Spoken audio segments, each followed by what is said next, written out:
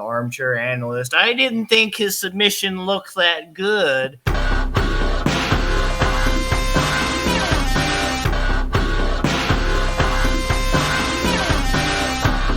Welcome into Tapping Vegas, brought to you by Better and Green. Today we're talking about UFC Fight Night. Last week we both went 3-1, and overall we both have a winning record so far since we started the show. Bobby, what's your take on last week? So last week, yes, we both went 3-1. We dissented, I remember, on the Jordan Leavitt Chase Hooper outcome. You chose Leavitt, and I chose Hooper. And that was kind of like the, I guess you could say the tiebreaker or whatever on that had us both go 3-1. So that's still pretty good. We didn't really hit on all of our parlays, but I know one thing that was pretty awesome. I did hit, it was at the time of plus 350 on Chase Hooper by sub. So if you listen to me on that, you got a nice little plus 350 at the time of that video for him by sub, which I told you is an insane value that just made no sense for it to be such a plus for Chase Hooper and what figured to be a grappling heavy match. And if you watched, it indeed was. So that leaves me now. If you've been a longtime listener and, Better and Green supporter, you know me from my start with the articles. I used to be just the article guy for Better and Green. But including the articles, the Tapping in Vegas shows, that leaves me with an overall MMA record of 36 correct predictions on fight outcomes and 22 wrong ones. So 36 and 22 is currently my MMA prediction. And I'd just like to point out on Better and Green, I'm a fan of other MMA content creators. I like their prediction and betting videos. But let's be honest, I'm not going to throw out names or shade, but, do you really know what these people's records are? Because I don't. I was watching one just the other day, and in the comment section, the viewers were having to try to figure out what this individual's correct predictions were, and they're incorrect, and determine a record. So we're always going to be open and honest here at Better and Green. You can follow the trail of the articles where I got my start, the Tapping in Vegas shows. It all checks out with the paper trail. So it's not a problem here in Better and Green. You'll always know what our record is and what we hit on. Absolutely, Bobby. I think really, even especially the month of November, dude, you probably have been the most accurate one. Me, Ethan, and Wyatt struggled a little bit this month, but you've been on fire. We hit I believe it was plus 450 week 1, and then a plus 350 last week. Yeah, it was a plus 450 for the Jessica Andrade Mackenzie Dern fight because I called the KO TKO on that. And then, I believe, like I said at the time of that Tapping in Vegas from the card from, I believe it was 2 weeks ago before they took the little Thanksgiving break, Chase Hooper by sub was around a plus 350 or so at that time. That's crazy, man. That's crazy. You ready to get into this card? Yes, sir. Let's hit it. All right, so we got Zach Reese coming in. He is a 218-point favorite. Cody Brundage is sitting there at plus 180.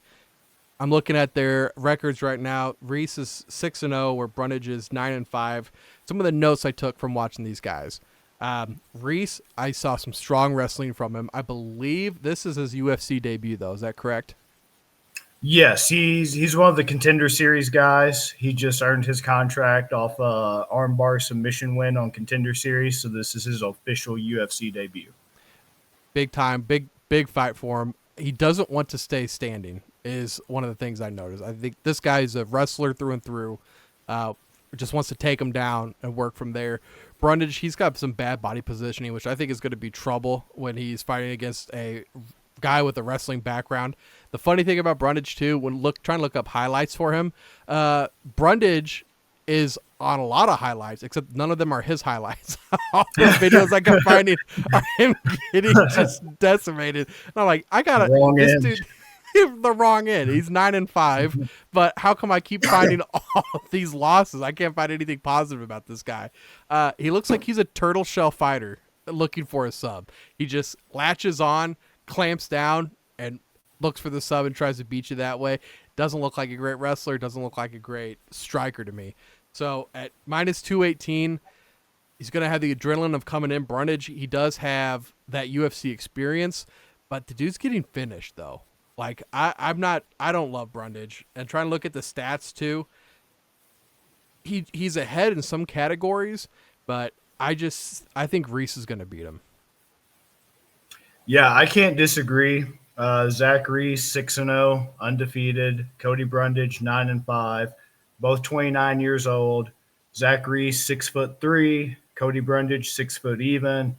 Men's middleweight supposed to be weighing in at 185 pounds. 77-inch reach for Reese, which gives him the advantage. 72-inch reach on Cody Brundage. And yeah, you pretty much hit the nail on the head, man. Cody Brundage, when you were talking about like the turtle position, Yeah. there are very few fighters in MMA that can utilize turtle in an effective way. Like it's very hard. Like it is an effective and good position, and you can work your way up to the feet off of it. But Cody Brundage is not a guy who's using that to try to improve his position. He's like you pretty much hit the nail on the head, man. I don't know. I remember watching Zach Reese live on his Contender Series fight when he won by armbar. And there were a lot of people, whining in the comment section on, Reddit and everything, the armchair analyst. I didn't think his submission looked that good. And it's like, I don't remember why people were saying that. I thought it was fine. I mean, if his opponent was the one making mistakes, and that's on his opponent. He was taking advantage of what the opponent presented. I thought it was a technically sound, correct armbar that he snatched up very quickly in round one and achieved. And Zach Reese does have quite a bit of wins by submission. His primary way of winning is KO TKO according to Tapology, and then his second is by sub. And I think that's what's going to happen. I think Zach Reese, since you already described he's that wrestler, he's trying to grapple, he's trying to control and dictate the pace of the fight. He's going to be looking for that sub, just like he aggressively got that armbar on the Contender Series. And Cody Brundage has already been subbed back in April of this year by Rodolfo Vieira, a very good grappler in that middleweight division, and he subbed him in round two. So I think that's what's going to happen. I think Zach Reese is going to be grappling. He's going to be pretty much having his way with Cody Brundage in the grappling department. And when I looked up his odds of winning by sub, it was a pretty good value. It was at a plus. So I'm going to pull that up because I don't know why Vegas has Zach Reese winning by sub as such a plus, but they have it right now at a, let's see, Zach Reese by sub is at plus 200. Plus 200 by Zach sub for Zach Reese. That's one of those things. LL Cool J lips licking, baby. That's my motto. Like, come on now. Plus 200 for Zach Reese by sub. That's going to be great value. Versus winning, he's minus 200 at just money line. You're getting like a 400-point swing. Right. And then by KO TKO DQ plus 165, and then by decision plus 750. Like the dude is just like got some insane value. So like I said, I can't remember why people were so critical of his grappling on the Contender Series. I thought it was fine. And honestly, we didn't see enough because it was such a quick fight. So Zach Reese by sub plus 200. That's what I'm calling. That's what I think is going to happen. That's your good value. I like that, dude. I like that a lot. With the decision at plus 750, do you think Brundage can just outlast and it can be, or do you think there's just the value of plus 200 for the subs is too good? I think the value of the plus 200 for sub is too good because Brundage has been finished by sub. He's been finished by KO TKO. I don't think he's going to last. I don't think he'll be able to. Yeah, I agree. Looking at the pictures too. He doesn't look like the gas tank guy. Right. You what's the word I'm looking for here? The aesthetics, man. It's all about the aesthetics. You got it, dude. You want to dive into the next fight? Yeah, so next up we have Sean Brady versus Kelvin Gastelum. So this is a very interesting fight. This is one that I'm thinking is a little bit hard to predict, but let's just talk about it because I am interested. I think this is a fun fight. I'm excited for this one, and I just like talking about some of the history that these guys have in the UFC. So Kelvin Gastelum, I like him a lot, actually. He's one of the guys who, like, when I first started watching the UFC, was kind of one of my favorite fighters. I kind of found him pretty inspirational. He was a chubby guy. He started off kind of like a high school wrestler and everything. So he has that background in wrestling and Brazilian Jiu-Jitsu, pretty good grappler. And then he also has really good boxing. Kelvin Gastelum has some very technically sound, crisp boxing, and he has some power to go with it. And so he was just always a guy that I enjoyed watching. One of my favorite fights of his was him putting the beat down on Tim Kennedy. And, Tim Kennedy was the guy who was coming in, just all muscle bound and just looking like a superhero. And Kelvin Gastelum, like I said, this little short, mini fridge built dude just went in and absolutely destroyed Tim Kennedy in a way that people just were not expecting. And it was pretty great. So, yeah, I like Kelvin Gastelum. And here's the thing, though. So Kelvin Gastelum has spent a good chunk of his MMA career at 185 pounds. So now he is trying to drop back to 170 pounds, the welterweight division, where he had basically, he's kind of spent a lot of time between middleweight and welterweight. He started off in the UFC trying to make welterweight a thing, and then he just had trouble making weight. He missed weight, one, two, three, excuse me, at least 2 times he missed welterweight limit, right? So he's trying to give his career a revitalization by going back to welterweight. He felt like he was, I guess, undersized at middleweight. He's not a very tall guy. I think he's like 5'8", so he definitely didn't have height on dudes in 185, let alone at 170. So all that to say, I don't necessarily know that him, going back to welterweight is necessarily like the X factor that's going to cause him to win this fight. I don't know that that's kind of the answer he's looking for to research his career. I think with him, it's been like some type of mental block, some type of mental barrier, because Kelvin Gastelum is the guy who, before Sean Strickland and Jan Blachowicz, Kelvin Gastelum gave Israel Adesanya his hardest fight, hands down. He almost finished Adesanya multiple times in their fight, just really took the fight to him. And like I said, Tim Kennedy is a guy that he just absolutely beat the brakes off of, that nobody gave him a chance. Beat up Ronaldo Souza, KO'd Michael Bisping. Granted, Michael Bisping was on short notice, and you know how that goes with the whole GSP fight and everything. But, I just think with Kelvin Gastelum, I don't know what his career holds for the future. He's been in the UFC a while. The biggest thing is you don't know what Kelvin Gastelum's going to show up. He has the skills. He has the talent.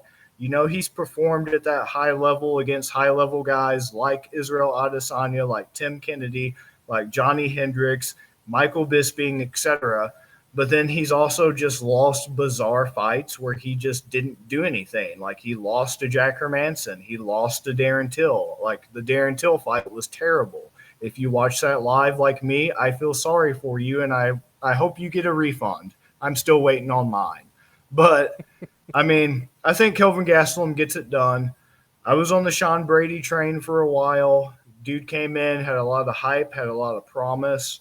And in the words of Phil Leotardo in The Sopranos, after Sean Brady got KO'd by Bilal, remember the wall install Muhammad, my estimation of him as a man fucking plummeted. My estimation of John Sacramone as a man just fucking plummeted. Like, I just couldn't take it anymore, seeing him get KO'd by Bilal Muhammad. Like, the guy known for just holding you up against the cage, stomping your feet, and just praying the judges see it his way. So I think Kelvin's going to kind of be rejuvenated. I think he's looking to get back in that win column. I think he's trying his best to kind of, make that career turnaround, get a fresh start again. Like I said, the skills are there. The resume's there. Everything's there. He just needs to, get whatever mental things or whatever that's holding him back in check. But I like Kelvin Gastelum in this fight. I think it's very winnable on the feet. If Brady tries to grapple, I still think Gastelum will be fine in the grappling department and be able to hold his own. But especially if it stays standing, like I said, I am a fan of Kelvin Gastelum striking. I love his boxing. I think his boxing's great, and the boxing and just the overall striking offense and defense he showed in that Israel Adesanya fight was like prime. It was a master class of him offensively and defensively. Like I said, he's 5'8". He was getting in on a guy. I think Adesanya is probably like 6'3", 6'4", with a huge reach, and Gastelum was just in his face constantly, like pressure, pressure, pressure, going after the guy. So as long as Gastelum does that and he uses that striking and he pressures, I think he's going to overwhelm Brady. And like I said, if you're getting knocked out by Bilal Muhammad, MMA math aside, I don't have much faith in your chin holding up against somebody like Kelvin Gastelum, who's a better striker. And Kelvin Gastelum's already a plus 102 underdog. And Sean Brady right now is at a minus 122.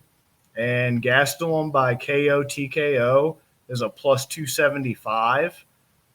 Submissions a plus 1400, and a decisions plus 275. Now, I think submissions a bit, even though it's a plus 1400, I'm not really rocking with that.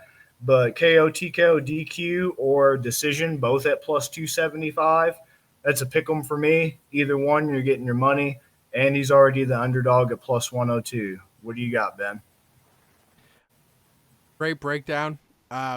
Sean Brady, when I was watching him, he looks like a very compact fighter. Like everything is just so in tight, closed angles. So if you're gonna get this guy, you're not gonna get the like haymaker coming over the top and he's just unguarded. Looks like he's got good balance. He's strong on top, but he got bullied on his feet in his last fight. He's 4-1, coming off a loss. Like you said, Bobby, he just got bullied in the cage. Was it? I think it was a TKO, right? Let me double check, because if that was the Bilal Muhammad fight, then it might be, because let's see. I think it was. Yeah, it was. You're right. Yeah, this past October 2022. Yeah, that was his most recent fight. That was where he lost to Bilal Muhammad. Yeah. He got bullied, dude. He got bullied. I was looking at Gastelum, and when I started watching his tape, I was like, I wasn't very impressed with him. I'm going to be honest. I was kind of like, meh. And then he knocked out Bisping, and I was like, okay, what the hell is going on with this guy? Because once again, kind of like the previous fight, he just doesn't look like your typical come in, kill you fighter. But now, after watching it, he's got some heat-seeking hands. Like, his hands are missiles. Quick subs too. Whenever he like gets it locked in, guys are tapping quick. Like there's no like slowly increasing. No, like guys tap almost instantly. His knockout power is insane, but I'm worried he's declining. Dude, he's 32, so he's not super old, but he's 2-3 in his last 5 fights. Do you know the last time he won a fight that wasn't a decision? Dude, it was probably that Michael Bisping fight, which was what, 2018, I think? 2017. 2017, yeah. So he's either won by decision or lost since 2017, and that worries me. That worries me. And Brady has that one loss, and you could chalk it up to a bad fight. Also, with Gastelum coming down, because I know sometimes cutting weight, that takes a lot out of you. I'm worried if Brady, I mean, I'm sure all these guys are cutting weight to make weight, but if Brady's not cutting as much and he's kind of was more naturally a welterweight and he's kind of towards the top of the range where he's coming down, I worry about Gastelum just not having enough and possibly getting subbed by Brady. That's my concern. Yeah, that's a valid point, man. That was my biggest thing and what makes this so hard to predict for me. Yeah. Sean Brady 15-1, Kelvin Gastelum 18-8, 1 no contest. Sean Brady 31, Gastelum 32, both 5'8", both supposed to be weighing in at 170 pounds. 72-inch reach for Brady, 71.5 for Gastelum. So almost equal fight. Yeah. Almost equal fight, all things considered. And like I said, you're right to have your concerns, and that's what my same concerns were too. Like I said, my biggest thing is that Israel Adesanya fight wasn't that long ago, and maybe that's kind of what demotivated him after losing such a close fight like that. Maybe that was kind of a mental thing. I don't know. I'm not going to play like armchair psychologist or whatever because I don't know what he's going through. But yeah, I just think that if that same Gastelum shows up that I know exists, and if it's still inside him, deep in his heart, he could win, man. Especially on the feet striking. Like I said, Bilal Muhammad can do it. Kelvin Gastelum definitely can do it. And I just like the value that you get with Kelvin Gastelum as a plus 102 and KO TKO. I like it at a plus 275. I really do. So let's just hope the motivated mythical fighter Kelvin Gastelum shows up. He's got that striking power that when people say like it doesn't matter how you did the entire fight, it can end in a second. That's Gastelum, dude. He just 100%. He just puts you out, and that's the whole thing. I think if Brady can avoid that punch and the way he's so compact when he fights, I just think he can try not to get caught. But if he gets caught, I mean, I feel like it's night for Brady. But I'm gonna go with Brady just for the hell of it. Yeah, hey, I don't blame you, man. We're going to go to a fight now that I have absolutely no clue about, so I will talk very shortly and then let you give me some knowledge. So we have Rob Font versus Davison Figueiredo? Davison Figueiredo. Rob Font, he's a favorite at minus 135. He's got some crazy KO power too, and he wants to stay standing. This is another dude, like, basically making a boxing match. Figueiredo, fast. He's very good at chain combat. So if something happens, he can throw you, he can punch you, he can snap you down. Like, there's just no limit to what this guy can do to you in a situation, which I think makes him super dangerous. But he puts his hands down. He puts his hands down so much to try to bait the other fighter. Font could catch him, and with his KO power, they're both older too, 36 and 35. I don't even know, the reach advantage doesn't really change anything for me. 31.5 to 68. One's 2-3, the other's 2-1 in the last 5. Like, I have no clue which way to go in this fight. Yeah, this one's tough. Davison Figueiredo's normally a 125-pounder flyweight. He's going to be moving up in weight to 135. It's always a question when, somebody's moving up in weight. You got a fighter. Are they going to do better at the weight? Are they going to get bullied, et cetera, et cetera? I think in this particular instance, it's going to benefit Davison moving up. It seems like his last few cuts down to 125, especially to make championship weight and everything, seems like those were really draining him and just really taking a lot out. And that could have potentially been compromising his chin, since he had to cut so much weight and he was just getting so sapped from that. So I think this is an instance where moving up in weight should benefit him from like an energy standpoint and from, hopefully an endurance standpoint and being able to absorb and take some shots a little bit better. My biggest concern is he's already a small guy at 5'4", so he was great at flyweight in that aspect. But like in this fight right here, he's already given up 3 inches in height, a little bit in reach, nothing crazy. But, if he's planning on making bantamweight 135 his new home, he's going to face I don't really think of too many people, especially up at the upper levels, like Sean O'Malley's 5'11", Corey Sandhagen's like 6 foot. From here on out, I don't think the dude's going to be facing anybody that he has the height or reach advantage over. So that does concern me. But speaking just from this fight, it's tough. And you're exactly right. Rob Font wants to box. That's what he's known for. He's a good boxer. He wants to keep it standing. He wants to use hands. Davison is also a good striker, but like you alluded to, it's kind of like more of like a power, kind of reckless, chaos creating, chains, like you said, just weird, unconventional tactics and everything on the feet and just one shot killing guys. His grappling's not bad. His grappling, like everything else, is just a little unconventional. It's built around like a few basic things that he does really well, which there's nothing wrong with that. It's actually sometimes the hallmark of a good fighter when you can do the same few basic fundamental things and do them well. Like his hip escapes, where he puts like his feet on the hips and pushes off and explodes up to get on his feet. Stuff like that's really good, really sound. I just think I like Davison Figueroa. I think this is going to be a good move for him. It's going to rejuvenate him, at least in this fight. We're only looking at this fight. Who knows what the future holds? So I'll say that this is going to be a good thing for him. I say he's going to benefit from it, and I like him. This is a good introduction to him for the 135 division. I can't think of too many guys in the division with a name and a good resume other than Rob Font. That would be like his perfect intro fight. So Figueroa at plus 114 according to DraftKings. I like that quite a bit. Minus 135 for Rob Font. So Figgy by KO TKO plus 450. By sub plus 550. By decision plus 400. So that's tough. You got some interesting options there.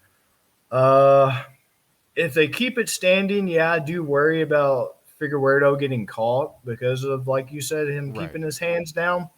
But at the same time, man, I do like the power that he has, and I think it's going to still translate to 135. And I think, if anything, maybe he'll have even more power because he's not as drained. If he can take it down, dude, if he can take it to the mat, like, I could see Font getting subbed. That's true. Yeah, his grappling is not his bread and butter by any means. So I think I like Figueroa by plus 550 on a sub. I think I'm going to go for that. I'm going to be cheeky on that. I'm going to take that one. I like it. I like it a lot. I do too, man. Let's do a round of that. Yeah. Give us Figgy. Right, Figgy at 550 by sub. I like it. It was like a rap song. Figgy by 550. Oh yeah, that is a good one. Somebody needs to work on that and let us know. Yeah, so our main event that we're going to have is we have Beneil Dariush and Arman Tsarukyan. So this is a really good fight. It's going to be at men's lightweight, which is 155 pounds. So, yeah, Beneil Dariush, 22-5, won no contest. Arman Tsarukyan, 20-3. Beneil, 34. Arman is 27, 5'8" for Beneil, 5'6" for Arman.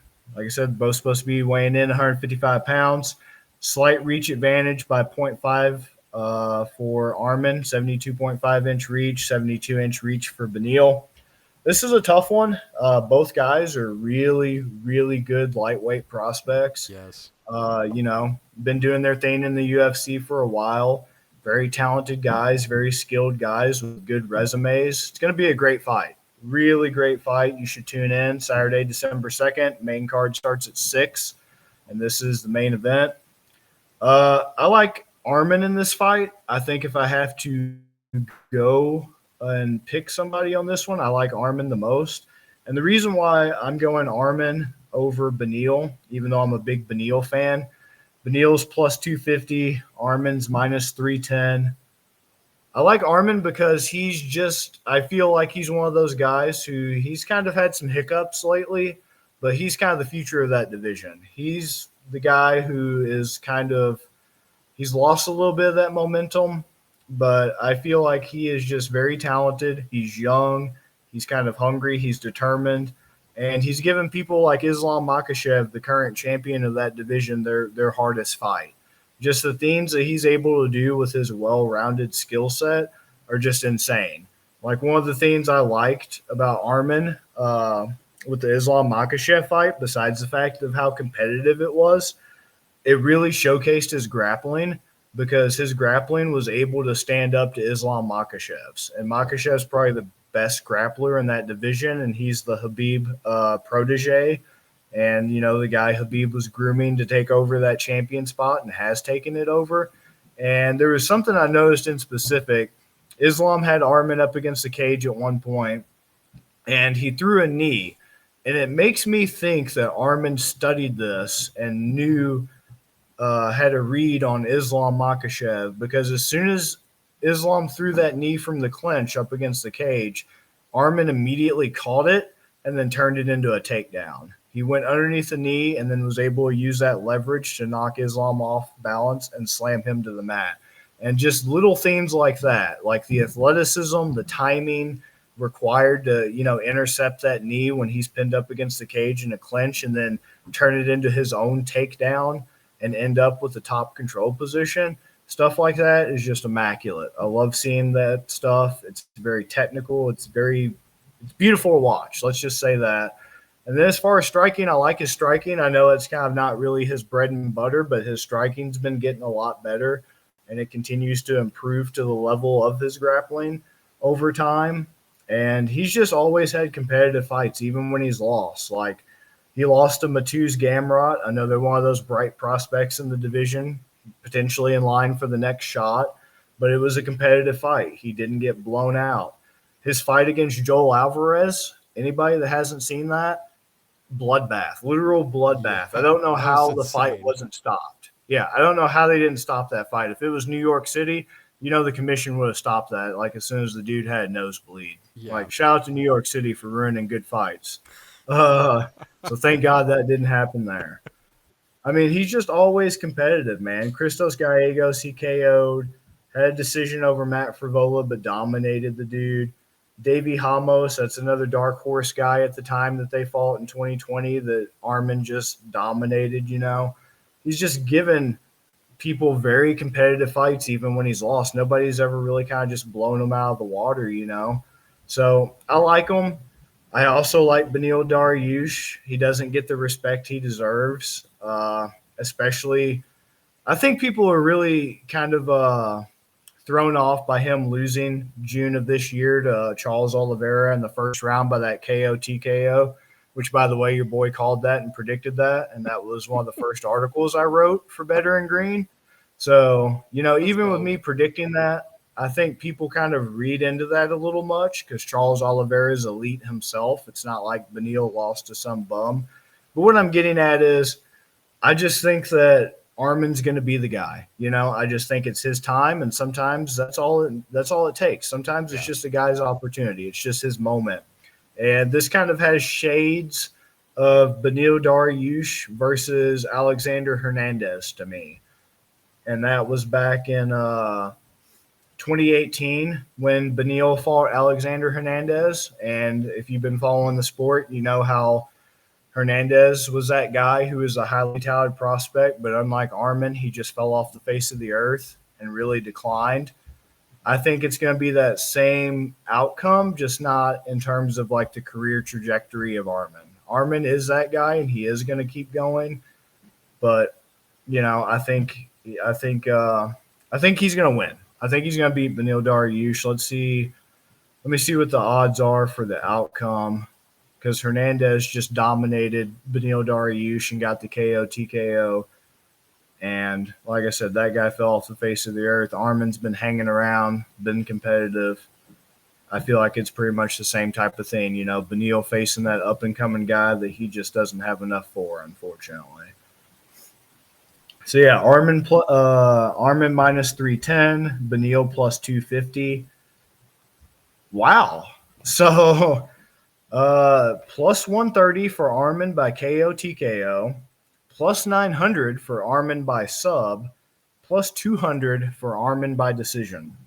So what is Vegas doing with this? Why are these odds for Arman so huge? Like, I don't understand. I like plus 900 sub Arman. I like to swing for the fences. That's what I'm going to go with. I think his grappling is just really good. It's probably, if not, it's not number one offensively or defensively. Like I said, that's Makhachev, but he probably has number 2 or 3 grappling, offensive, and defense in the division. Beneil, no slouch on the ground himself. Almost ripped Tony Ferguson's arm off with an arm bar that Tony Ferguson somehow survived. But I like that plus 900. I like it a lot for Arman by sub. I think this is my favorite fight we've talked about yet. I mean, I think both these guys are really good. I really do. I think they're both great wrestlers. I think Arman's more of a relentless wrestler, though. Like, he stays on guys better. Both strong punches, strong punch power. I think Arman has better body control. A thing with Arman that I really like is his use of his elbows. Like, that's how we saw that, I forget the guy's name, but that blood match, man, was just elbow after elbow after elbow to the face, man. And, like, you see guys, they go to the hammer fist. Instead of the hammer fist, he just, like, elbows guys, and he's just so ruthless with it. I like Arman, too, man. I like Arman, too. Beneil, also, it's just this age gap is gigantic, too. We're looking at 27 versus 34. Beneil, I saw an article, I think came out today, talking about his thoughts on, like, he said he wants to, like, fight another good fighter before retirement. So this dude's already thinking about retirement, and we saw what happened with Aaron Rodgers. He went out there and purposely tore his Achilles. So I don't want that to happen with Beneil too, man. I don't know. I like Arman. I like Arman too, man. He just, like you said, man, Beneil, I think he's the 4th ranked where Arman's the 8th. This is, if Arman wants that title shot, this is the fight that he has to win. 100%. 100%. It's must win for both guys. Like you said, Arman, if he wants to get a title shot, and Beneil, if he wants to stay relevant in the division.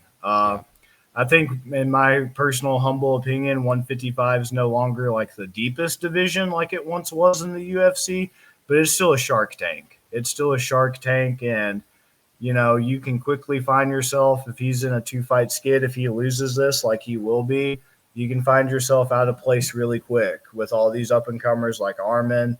Joel Alvarez, like, guy that was in that bloodbath with Arman, like, for him to get dominated by Arman like that, Joel was another one of my, favorite prospects I was keeping an eye on, and he had no answers for anything Arman did. And like you said, the age gap isn't really something that you think should be, like, significant, but Beneil's got a lot of MMA miles. In combat sports, it's huge.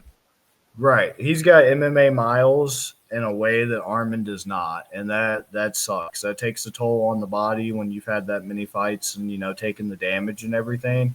And it's just a case of it's Arman's time, I believe, Yeah. I agree 100%, man. So what are you wanting to do for our haymaker? What's your favorite? Let's see. So there's some good ones, man. This card is chock full of some value on these haymakers. Like I said, I'm a swing for the fences guy. Maybe I'll take that Arman by plus 900 sub. What do you think?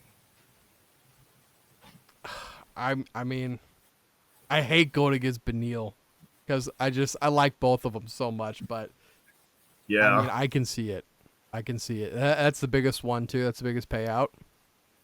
Because my other one would probably be, let's see, plus 275 for Kelvin by KO TKO. Not the biggest payout, but might be your most plausible potentially. Yeah. See, I'm on the Brady side. So that's right. I'm gonna go Arman, but I'm 100% ready to defer to you. Hey man, we hit a plus 350 and a plus 450 already in the short time we've been doing the show. Let's try to hit a home run here. Yasada's not going to be around after this year. Let's start juicing it up like Barry Bonds, and let's go plus 900 and swing for the fence, man. Dude, I like it. I like it, man. Yeah. Yeah, you if we hit a 450, 300, and 900 in 3 straight weeks, I mean, nobody could talk shit anymore. Like that, you're him. Well, I mean, they can't now, man. We're pretty much giving away money at this point with like the stuff that we've hit on and like the stuff I've hit on in the articles. Like, you're not joking. It's like SpongeBob. We've tried burning the money. We've tried burying the money. Like at this point, we're just giving the money away. Yeah, we are, man. All you have to do is tune in, Bobby, thank you for joining me. You and me, my friend. I'm guessing we're going to be watching these fights because we're going to be together this weekend. Yeah, we can definitely watch them for sure. And everybody else, hopefully you're watching. Hopefully you're listening. And like I said, follow the paper trail. I started off with the articles on Better and Green. You can follow the paper trail, look at the record. Look at the record for the Tapping Vegas shows. This is not a show that you have to wonder, what are these guys talking about? Do they know what they're talking about? No disrespect and no shade. I want to name drop, but I can't be petty. You know who I'm talking about. You know these individuals that are out there in my Jorge Masvidal voice. These individuals, these people who are out there, giving you fraudulent records. I'm gonna see you at a steakhouse in Miami. That's all I'm gonna say. I'm gonna see you at a steakhouse in Miami. Man, everybody, make sure you go over to bettergreen.com right now. Check out Bobby's articles and all the other articles we got out over there. Buy some merch. Bobby, thank you for hopping on with me, man. Hey, thank you for having me, man. Always a blast. Absolutely, man. Absolutely. Enjoy the card, everybody, and we'll see you in the next episode. Peace. Peace. You better start listening to the Better in Green podcast. You will not regret it. Trust me, trust me, trust me. And hey, I'm Dean Blandino. Welcome, welcome, welcome to Better in Green, eh? To Better in Green, eh? To Better in Green, eh? Listen in and cash out. That's what it's all about. Come on, let's make cash now. We always on spot and we cover old spot from the bottom to the top. Hey, shout out to Ethan, shout out to Wyatt, shout out to Ben. Welcome, welcome to our podcast. Better in Green.